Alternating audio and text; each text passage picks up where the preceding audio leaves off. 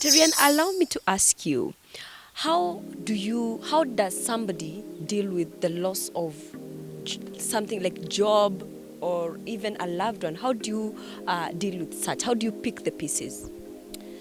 I'll start with job loss. And because I very publicly lost my job a couple of years ago, but it was many years. It was 2016.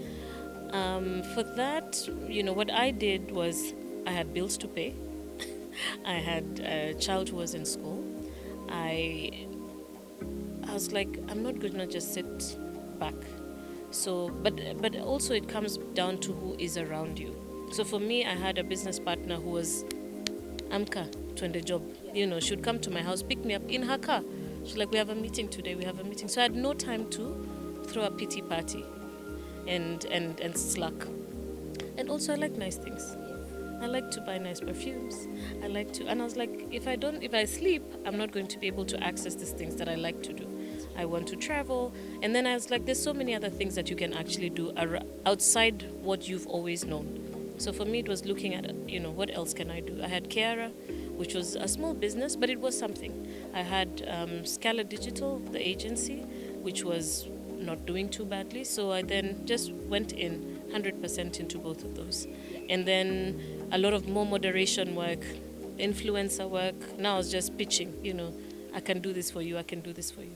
So for job loss, I would say if the job has gone, the job has gone. Yes, it's hard. It is embarrassing. Your self-esteem gets affected sometimes. But just get up and go. The job is gone.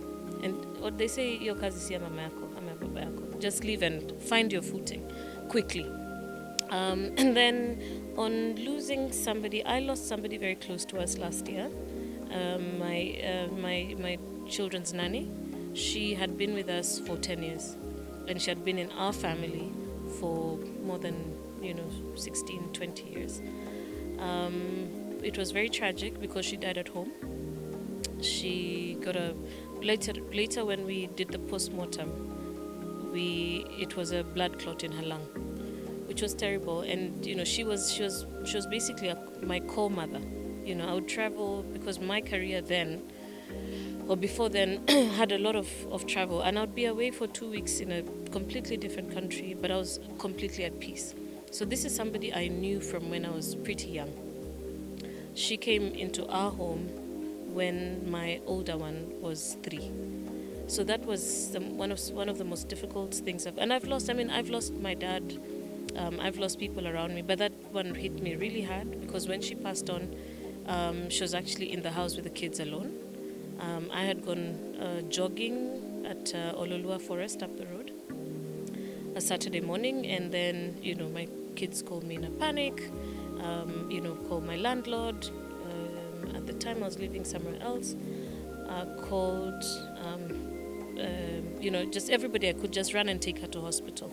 But by the time they got there, it was too late. So cops and everything, all of that involved, and dealing with that was very difficult because she was very close to us. Sometimes I don't even know if I've completely dealt with it. Sometimes I ask God, like, why? She was such an amazing woman. We loved her so much. My children loved her so much. So I don't know if I've completely dealt with it. But I had to pray, and I had to, agree that this was what God has chosen to do. That maybe her time had come. So grieving for me was long, and it was hard, and it really affected me as everything from waking up to working to my relationship with people. I just wanted to be alone for a very long time. So that grieving is hard. Grieving is hard. It took me a very long time to be able to speak about it without crying or getting super emotional. But I guess time heals, and just trusting God that even though I will never understand why, that he decided that it was time for her to rest. She was well, she had never been sick, it was the occasional headache, so it was such a shock. Yeah, for the little one, she probably will never remember because she was 2 2 and some. For the older one, it took a lot. Thankfully, I have a friend who's a counselor, and so she actually went and stayed with her for about 2-3 weeks when it happened. Because then I had all that. I had to organize a funeral. I was practically, my life was now in and out of the morgue and organizing everything. And then I had to deal with it myself. So my daughter stayed with a family friend who was, constantly talking to her.